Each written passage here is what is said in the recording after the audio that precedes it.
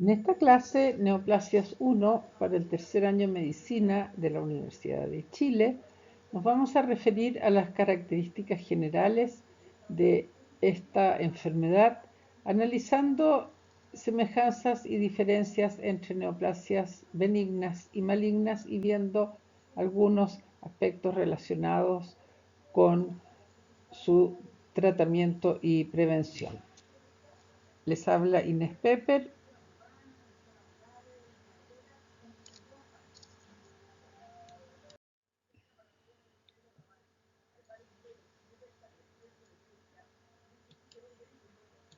Neoplasia significa nuevo crecimiento. Neo, nuevo, plasia, crecimiento.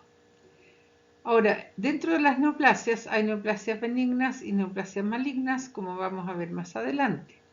Nos vamos a referir en este momento, como para introducir el tema, especialmente a las neoplasias malignas en este diapositivo. El cáncer y en general las neoplasias rompen la armonía que existe en el comportamiento social de las células que conforman los tejidos de un organismo. ¿Cuáles son estos componentes del comportamiento social de las células? Estos componentes son básicamente la proliferación celular, la diferenciación celular y la muerte celular. Estos tres elementos, estos tres fenómenos están en equilibrio, de manera que por cada célula que nace hay una célula que muere y de esa manera en un adulto ya con su número de células determinado va a estar siempre en equilibrio y no va a haber mayores problemas. Sin embargo, cuando este equilibrio se rompe, ya hay más proliferación que lo normal, menos diferenciación y menos muerte celulares, entonces crece un nuevo tejido. Y eso es lo que sucede en las neoplasias. Ahora, refiriéndonos específicamente a las neoplasias malignas, podemos decir que el comportamiento de las células cancerosas es autónomo, aberrante, invasivo y destructivo. Su presencia entonces rompe equilibrios, destruye barreras anatómicas y tisulares, genera dolor, malestar y muerte si es que no es tratado. Entonces, el tema es sumamente complejo y a las razones por las cuales surge este comportamiento las vamos a ver en la segunda clase. Aquí solo lo quiero dejar enunciado. Entonces, existen neoplasias benignas y malignas que son distintas especialmente en cuanto a su modo de crecimiento.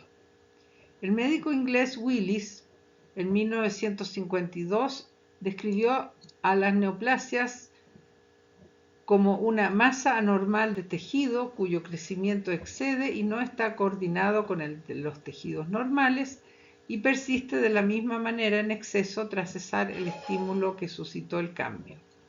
Esta definición, aunque es bastante antigua, es todavía muy vigente y muy general y permite entender qué es lo que es realmente una neoplasia. Ahora, dependiendo de su modo de crecimiento, las neoplasias pueden crecer empujando al tejido que las rodea.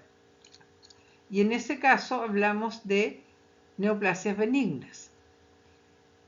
En cambio, hay otro tipo de neoplasias que crece invadiendo, destruyendo y reemplazando al tejido aledaño. Y estos los conocemos como cáncer, neoplasias malignas, y hay varios subtipos que vamos a conocer en un ratito más. Entonces lo importante aquí es ver cómo se comporta esta masa tisular nueva que surge a partir de una célula que comienza a crecer desmesuradamente. En el caso de las neoplasias benignas, hay un respeto por el tejido que la rodea y la neoplasia crece empujando pero no rompiendo. Y en el caso de las neoplasias malignas sucede exactamente lo contrario. Hay invasión, destrucción y reemplazo del tejido que rodea a esta masa tisular. Ahora, hay varios criterios mediante los cuales nosotros podemos saber si una neoplasia es benigna o maligna. El grado de diferenciación celular, vale decir, de la adquisición de un fenotipo especial en las células, está bien conservada en las benignas y tiende a la anaplasia en las malignas. ¿Qué quiere decir esto? Esto quiere decir que las células en las neoplasias malignas tienden a ser indiferenciadas, vale decir, a perder la diferenciación que alguna vez tuvieron. Por ejemplo, una célula de un cáncer que surge del músculo esquelético no se parece para nada a una célula muscular esquelética. Y así sucesivamente. La velocidad de crecimiento es lenta en las benignas a lo largo de toda su evolución, en general es lento, y en las malignas es inicialmente lento y después se convierte en un crecimiento mucho más rápido. El comportamiento local, como ya dijimos, en las benignas se respeta estructuras, en las malignas se invade y destruye estructuras. Las metástasis, que significa la colonización a distancia por células neoplásicas, vale decir, el establecimiento de colonias distantes, en las benignas no existe o no se describe y en las malignas es frecuente. Y finalmente el pronóstico en las benignas es bueno, por algo se llaman benignas, porque si se sacan quirúrgicamente, entonces generalmente, no siempre, generalmente no vuelven a recidivar, no vuelven a aparecer. En cambio, en las malignas el pronóstico es malo y muy malo en caso de que no haya un tratamiento adecuado. Ahora bien, cualquier tejido del organismo puede originar una neoplasia. Las neoplasias nacen de una célula que sufre un cambio genético al cual se agregan otros cambios genéticos para constituir esta población de células. Entonces, nacen, como digo, de cualquier tejido del organismo. Las neoplasias benignas se denominan con el nombre del tejido de origen más la terminación oma. Por ejemplo, un tejido conjuntivo y derivados nos puede originar fibromas de tejido fibroso o fibroblástico, lipomas de tejido adiposo, condromas de tejido cartilaginoso, osteoma del hueso, etc. En la lista que ustedes tienen aquí aparece el nombre de las neoplasias benignas y malignas dependiendo del tejido del cual surgen. Ahora, hay algunos que tienen nombres propios, como por ejemplo los tumores de origen epitelial de las células de los estratos escamosos se llaman papiloma de células escamosas. Cuando las células son glandulares se van a llamar adenomas o cistoadenomas si es que forman un quiste, etc. O sea, hay una nomenclatura especial, pero en general todas las neoplasias benignas terminan en oma en cuanto a su nombre.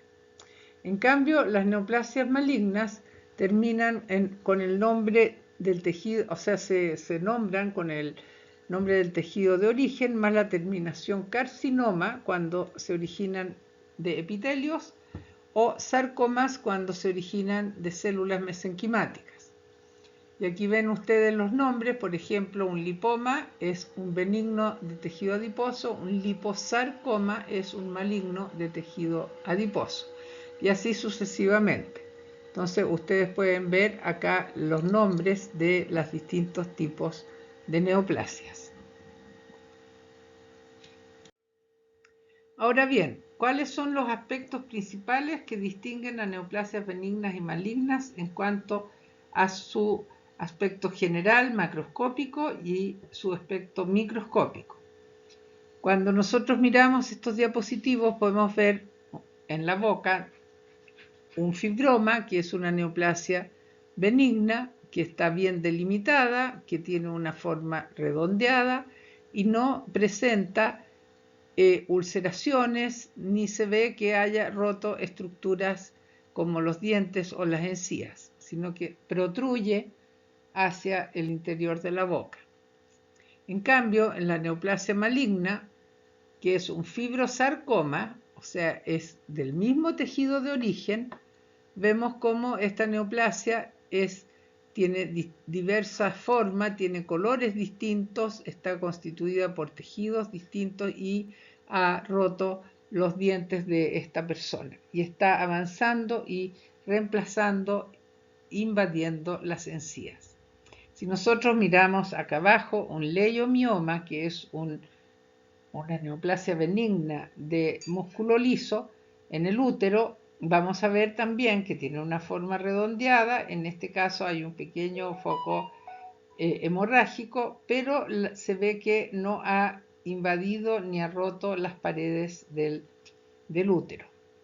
En cambio, en el leiomiosarcoma, que es una neoplasia maligna que surge del mismo tejido, vemos una gran heterogeneidad en la consistencia, el colorido de los tejidos que la conforman.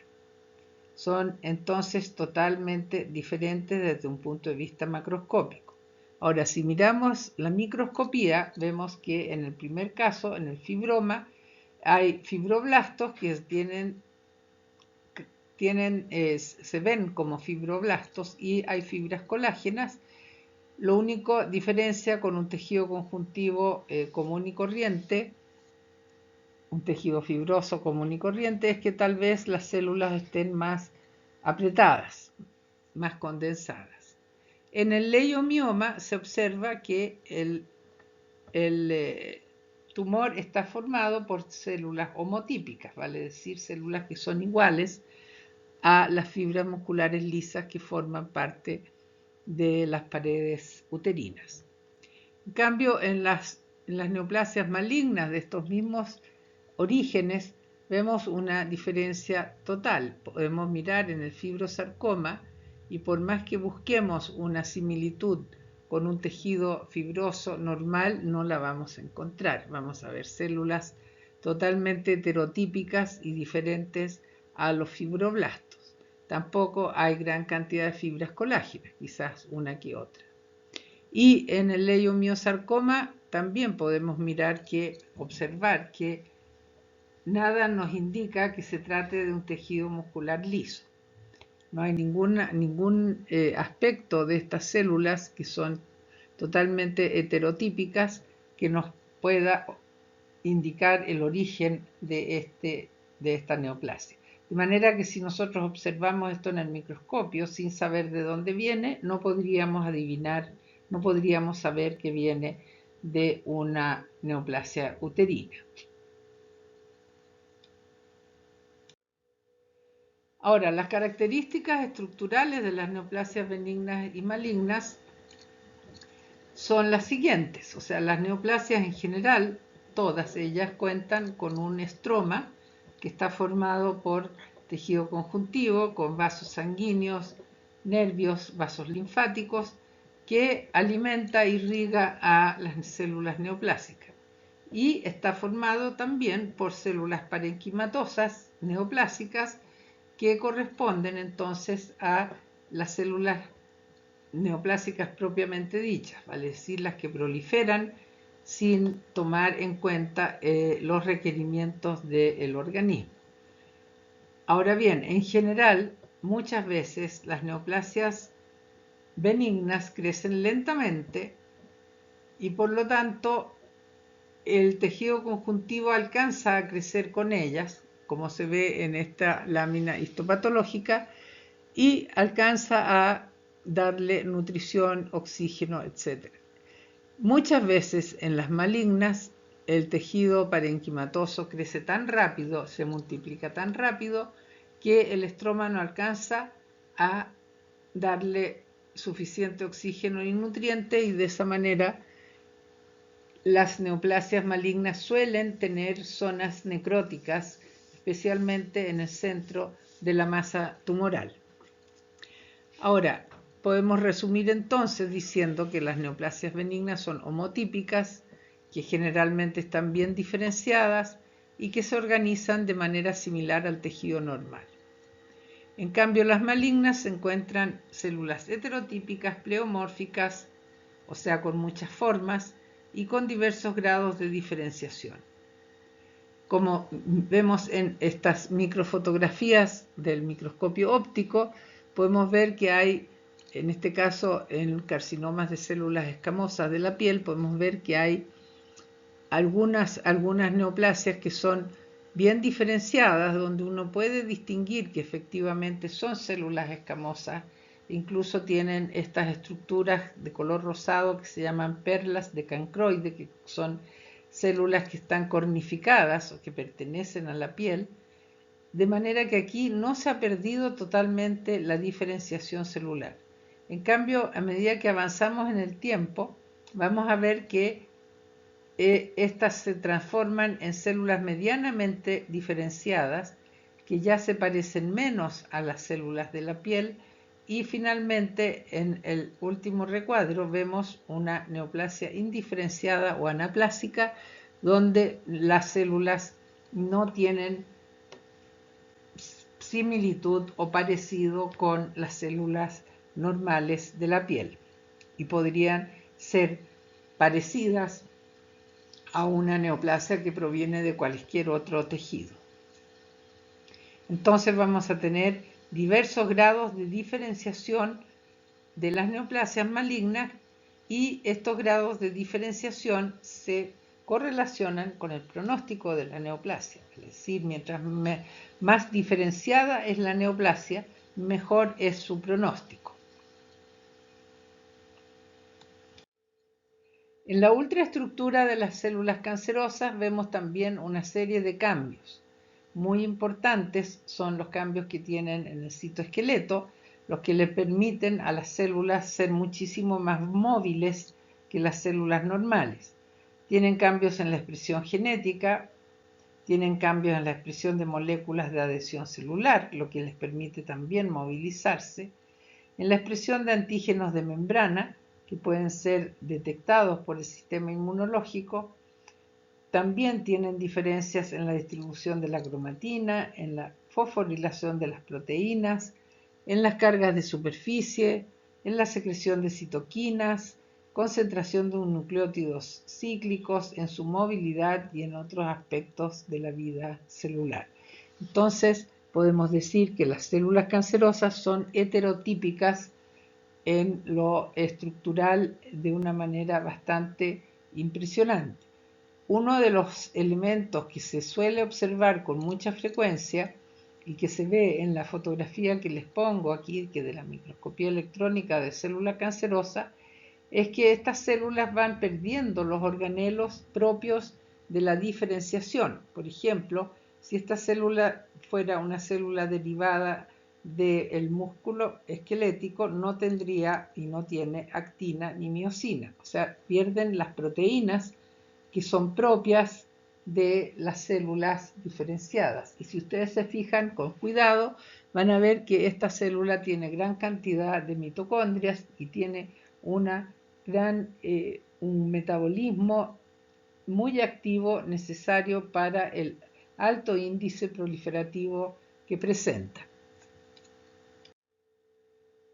El grado de una neoplasia es la descripción de cuán indiferenciadas se encuentra el tejido neoplásico maligno. Esto se refiere fundamentalmente a las neoplasias malignas, porque como ya hemos dicho, las benignas tienen homotipia, o sea, se parecen al tejido normal.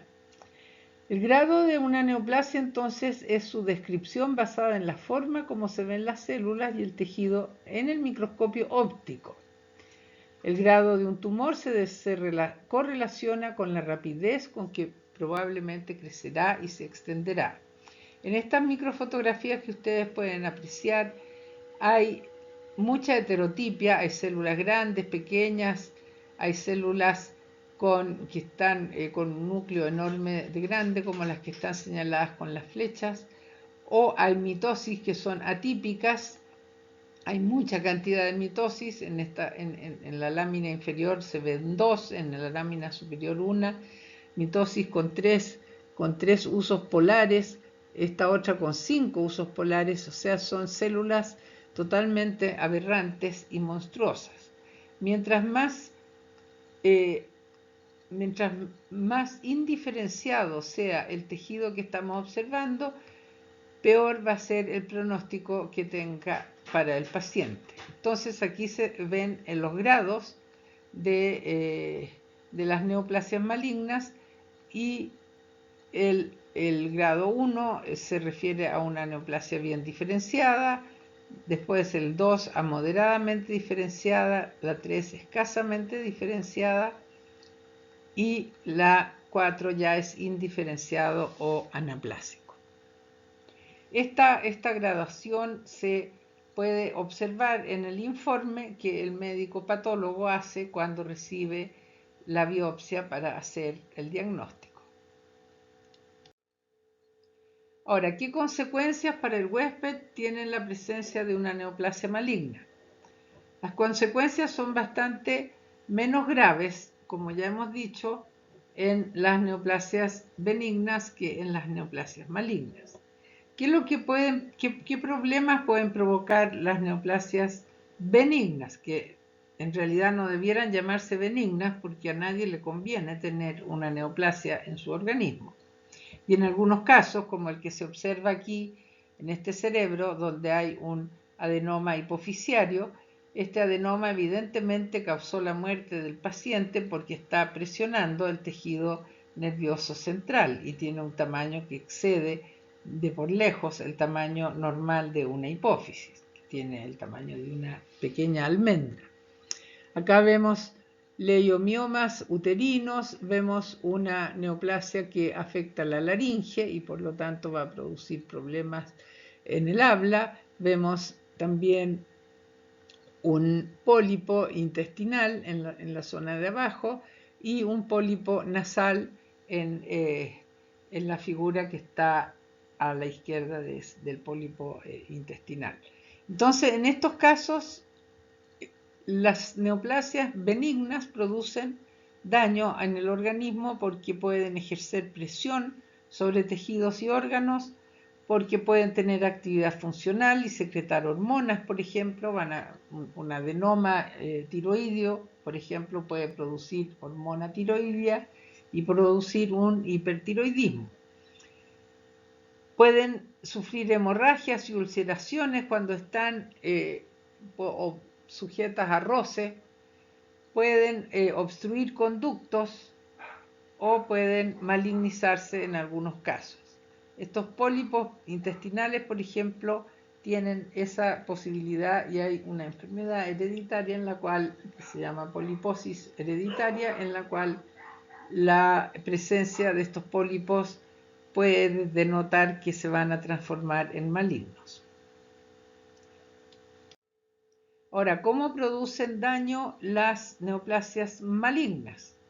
Evidentemente, si miramos en la parte superior izquierda del diapositivo, si miramos ese pulmón que está ocupado prácticamente entero por tejido neoplásico maligno, podemos deducir con claridad de que ese tejido no está funcionando y por lo tanto vamos a tener una insuficiencia respiratoria. Puede haber ulceraciones que no cicatrizan, como la que se observa en la cara de este paciente.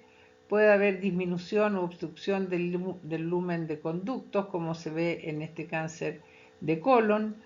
Puede haber fracturas óseas, perforación de tractos respiratorios, alimentarios y genitourinarios. Y lo más grave de todo es que puede haber metástasis. Cuando hay metástasis, ya el tratamiento se hace bastante más difícil.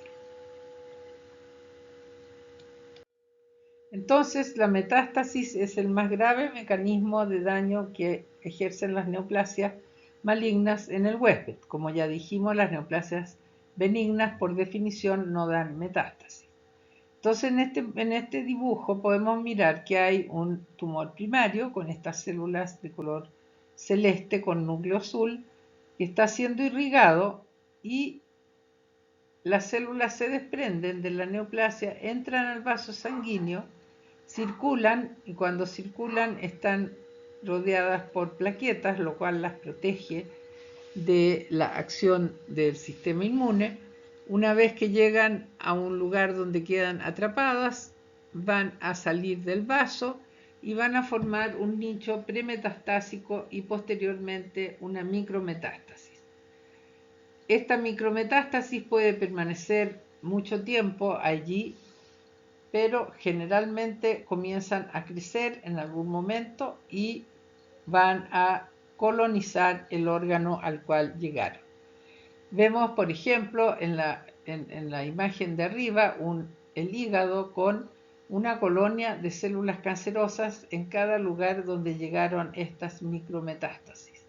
Una vez que las células encuentran un ambiente adecuado para crecer, comienzan a multiplicarse formando estas colonias celulares.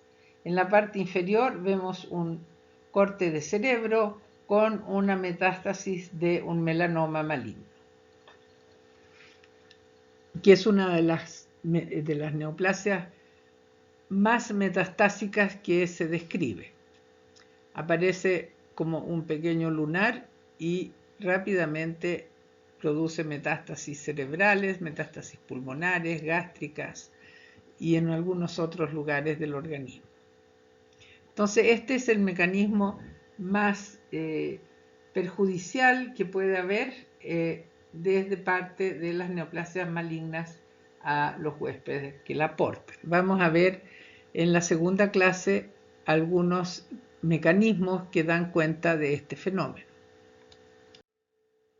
También pueden presentar los pacientes con cáncer algunos efectos sistémicos, como la anemia, la inmunodepresión. Hay pérdida de peso que puede llegar a caquexia por efecto del tumor mismo o del tumor más el tratamiento y factores emocionales. Esta pérdida de peso, cuando se produce en un paciente o en una persona, una pérdida de peso importante, sin que pueda ser justificada por una dieta o por falta de alimentos, entonces inmediatamente hay que preocuparse y pensar de que es posible que haya una neoplasia involucrada. El dolor también es un efecto sistémico, el síndrome paraneoplásico, que ocurre en un 10% de los enfermos y que consiste en una hipercalcemia, el síndrome de Cushing, hiponatremia, policitemia y otras consecuencias de acuerdo al tipo de cáncer que se trate. Entonces, el paciente con cáncer tiene efectos locales por la presencia del tumor mismo que destruye, invade, efectos sistémicos y también en el enfermo con cáncer están todos los efectos secundarios de los tratamientos que suelen ser bastante desagradables. Ahora, la dinámica y las etapas del crecimiento tumoral se observan en este diapositivo. Las células inician su crecimiento como una colonia limitada de células que están dentro del epitelio y que se denominan cáncer in situ.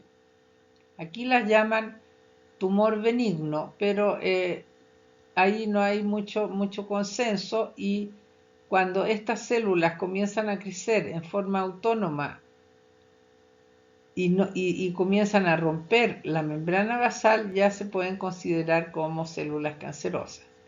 Rompen la membrana basal y comienzan a avanzar hacia el vaso sanguíneo, rompen el endotelio del vaso sanguíneo, se meten al vaso, viajan y sigan la flechita, y cuando llegan a un lugar determinado donde ya no pueden seguir circulando, entonces se instalan allí y generan una segunda colonia en un órgano que puede ser cercano o distante. Entonces eso mismo se ve en esta otra curva, una etapa avascular, y cuando está el cáncer en etapa de carcinoma in situ, se produce lo que se denomina la angiogénesis, vale decir, se fabrican vasos sanguíneos a partir de los vasos del huésped que lo irrigan y en ese momento comienzan un crecimiento muchísimo más rápido y esa fase se llama fase vascular. En estos tres gráficos podemos ver cuáles son las características de crecimiento, la dinámica de crecimiento de las neoplasias malignas. En el primer gráfico observamos en la ordenada el número de células y en la abscisa vemos los años. En la primera fase de crecimiento de la neoplasia maligna existe un crecimiento lento, relativamente lineal, con un crecimiento desde una célula hasta 10 elevado a 6 células en el lapso de más o menos 12 a 15 años. Una vez que esta neoplasia adquiere 1 miligramo de peso, ya comienza a sentir problemas de hipoxia y secreta una serie de moléculas que hacen que el tejido cercano le aporte vasos sanguíneos para alimentarla. Y eso se llama vascularización del tumor. Una vez que la neoplasia está vascularizada, comienza a crecer nuevamente en forma rápida hasta tener 1 gramo de tejido y posteriormente 1 kilo de tejido. Ahora bien, cuando tiene 1 gramo de tejido, o sea 10 elevado a 9 células, la neoplasia puede ser detectada clínicamente. Eso quiere decir que todo el tiempo anterior estuvo oculta y indetectable, a menos que se hagan algunos exámenes de diagnóstico precoz que vamos a analizar más adelante. Cuando la neoplasia alcanza 1 kilo con 10 elevado a 12 células más o menos, ya es potencialmente letal y va a conducir inexorablemente a la muerte. El análisis de esta curva nos hace ver con toda claridad que mientras antes diagnostiquemos la neoplasia y la tratemos, mejor va a ser el pronóstico para la persona que la porta. Ahora, los mismos conceptos se ven en el otro gráfico, donde se muestra como una flecha azul el crecimiento de la neoplasia con una etapa más lenta, un switch angiogénico que es seguido por una etapa más rápida hasta conducir a la muerte del paciente. En este gráfico no muestran los años, pero en general es variable el número de años que demora la neoplasia desde ser de una célula hasta 1 miligramo de célula. Hay neoplasias que crecen desde el principio en forma muy rápida y otras que demoran muchísimo más. Lo que les estoy mostrando aquí es una curva tipo de crecimiento que no corresponde necesariamente a todos los tipos de tumores. Ahora, ¿para qué sirve todo este análisis dinámico del crecimiento tumoral? Sirve para planificar y efectuar los tratamientos. Por ejemplo, en la curva que les muestro abajo, ustedes ven en la línea amarilla el crecimiento del tumor que conduce a la muerte más o menos cuando tiene 1 kilo, y en la línea blanca se ve cómo los agentes quimioterapéuticos que estamos aplicando en el tratamiento de la neoplasia funcionan durante un tiempo relativamente largo, inhibiendo el crecimiento neoplásico y manteniendo a la persona viva y durante más tiempo. Pero llega un momento en que las células neoplásicas pueden, no siempre ocurre, pero pueden adquirir resistencia a estas drogas que se utilizan en la quimioterapia y volver al crecimiento que tenían. La estadificación del cáncer es un procedimiento que consiste en establecer en qué etapa se encuentra el cáncer en un determinado paciente. Para ello, lo que hay que hacer es ubicar el tumor, verificar dónde se encuentran las células neoplásicas a través de distintos exámenes, la mayoría de ellos imagenológicos, y también exámenes clínicos, ver el tipo de células, si es un adenocarcinoma o un carcinoma de células escamosas, etc., el tamaño del tumor, ver si el cáncer se ha diseminado a los linfonodos cercanos, si se ha diseminado a órganos lejanos, y cuál es el grado del tumor del cual ya hemos hablado, vale decir, cuál es el grado de anaplasia que presenta la neoplasia. Entonces, se utiliza, después de establecer todos estos criterios, se utiliza el sistema TNM, que es el más frecuentemente utilizado. Hay otros que son para tumores en particular, pero el generalizado es el TNM, donde la T se refiere al tamaño y extensión del tumor principal, y que es obviamente la neoplasia primaria. La N se refiere a la extensión del cáncer que se ha diseminado a los linfonodos, y la M se refiere a si el cáncer ha metastatizado o no. Entonces, de acuerdo a el número que se ponga a esta T, N y M, uno puede deducir estos parámetros: el tamaño, cuántos linfonodos están involucrados, y la M, si tiene o no metástasis. Por ejemplo, a un paciente determinado se le puede decir, usted tiene, su cáncer es un T3, o sea, una neoplasia relativamente grande, con N2, que tiene 2 linfonodos involucrados, y M0 no tiene metástasis. Entonces, con esa estadificación, el paciente queda inmediatamente tipificado para un determinado tratamiento, para un determinado protocolo de tratamiento. Hay otro método de estadificación que es de acuerdo a algunos otros parámetros, como si es o no un cáncer in situ, vale decir si hay rompimiento o no de la membrana basal, si es localizado, si es regional, solamente se ha extendido a estructuras cercanas como los linfonodos, si se ha extendido a lugares distantes por metástasis, y finalmente puede ser desconocido y no hay información suficiente para determinar el estadio. Entonces, cuando una persona es inicialmente diagnosticada con un cáncer, lo que se hace es estadificar su condición para poder darle un pronóstico, decirle cuál es su estado y planificar un tratamiento. Vemos un ejemplo: el cáncer de colon en el estadio 0, o sea, no hay células cancerosas aún, pero sí hay un pequeñito grupo de células anormales en las vellosidades del colon. En el estadio 1 ya hay un pequeño grupo de células de color blanquito, se ven aquí, y se ha roto ya la membrana basal, vale decir, ha perdido su condición de neoplasia in situ.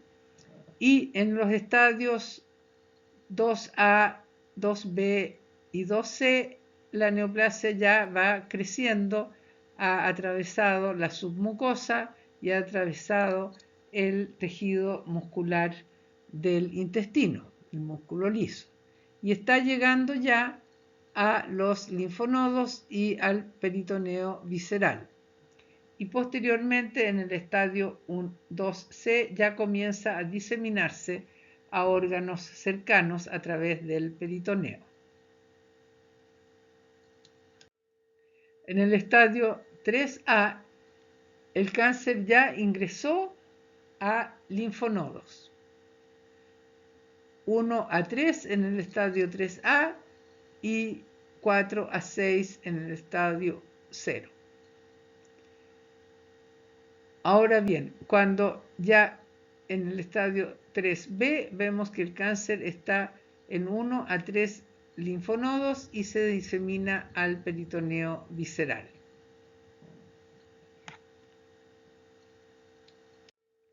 Y en el estadio 4 ya está metastatizando diversos órganos y vemos que el cáncer de colon ya se diseminó a los linfonodos subclaviculares, está presente en el tejido nervioso central, en el pulmón, en el hígado, en la pared del abdomen, en el ovario y en el colon.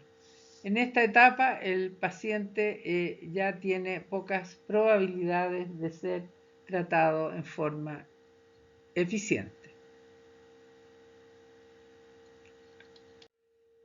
Ahora bien, frente a esta enfermedad tan terrible, podemos nosotros hacer varias cosas. Y una de las primeras cosas es prevenir que ocurra, o sea, impedir que ocurra. Para ello es importante aprender a respetar y cuidar el propio organismo y el de los demás. Es importante educar respecto al autocuidado y estilo de vida saludable. Y es importante conocer los factores de riesgo para cáncer y evitarlos. Y este tema de la prevención tiene mucho que ver con ustedes, nutricionistas, porque hay una serie de medidas que se pueden tomar con respecto a la alimentación, que son medidas que pueden prevenir la ocurrencia de esta enfermedad. El Instituto Nacional del Cáncer de Estados Unidos ha hecho esta lista de 8 señales de alarma en el cáncer que deben inducir a las personas que las tienen a consultar. No quiere decir que tengan cáncer, pero sí tiene que ver con una sospecha, con una alarma. Entonces, un cambio en una verruga o lunar, un nódulo en el pecho u otra parte, una herida que no cicatriza, una hemorragia de cualquier fuente, hemoptisis, por ejemplo, melena, metrorragia, persistente, una ronquera persistente o tos persistente que no pasa, o sea, que no es una tos por un resfrío, sino que es una tos diaria que ocurre una y otra vez, dificultad de tragar o indigestión persistente, un cambio persistente en los hábitos urinarios y fecales, y lo que ya les había contado, una pérdida de peso sin causa aparente.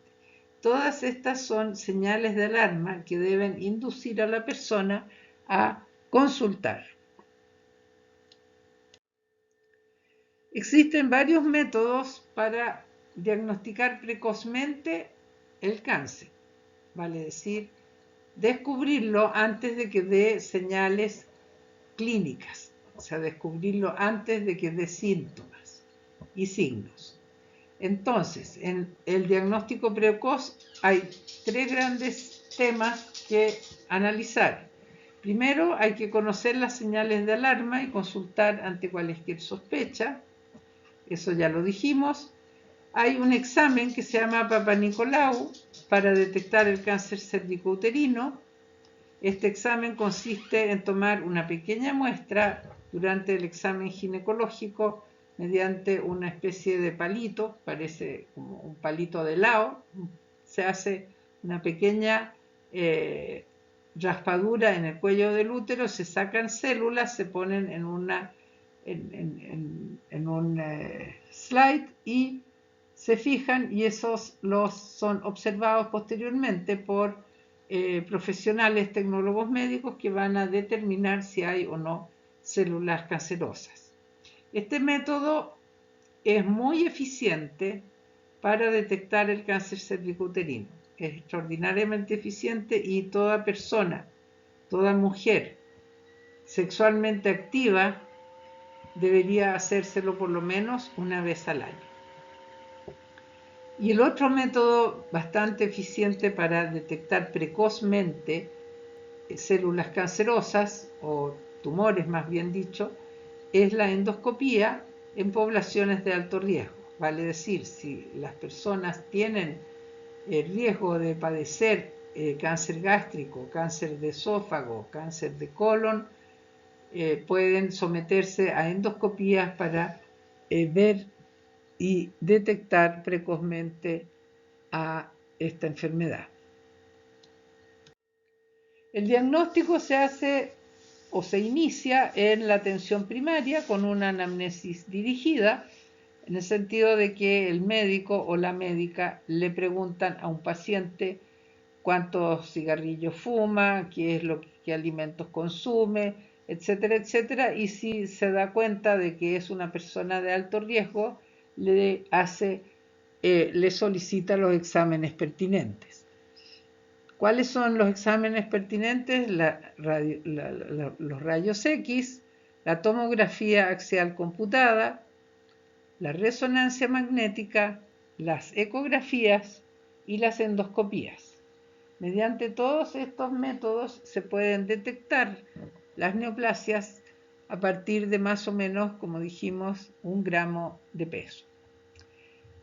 La endoscopía permite visualizar mediante una pequeña cámara el estado de las mucosas de los conductos del organismo.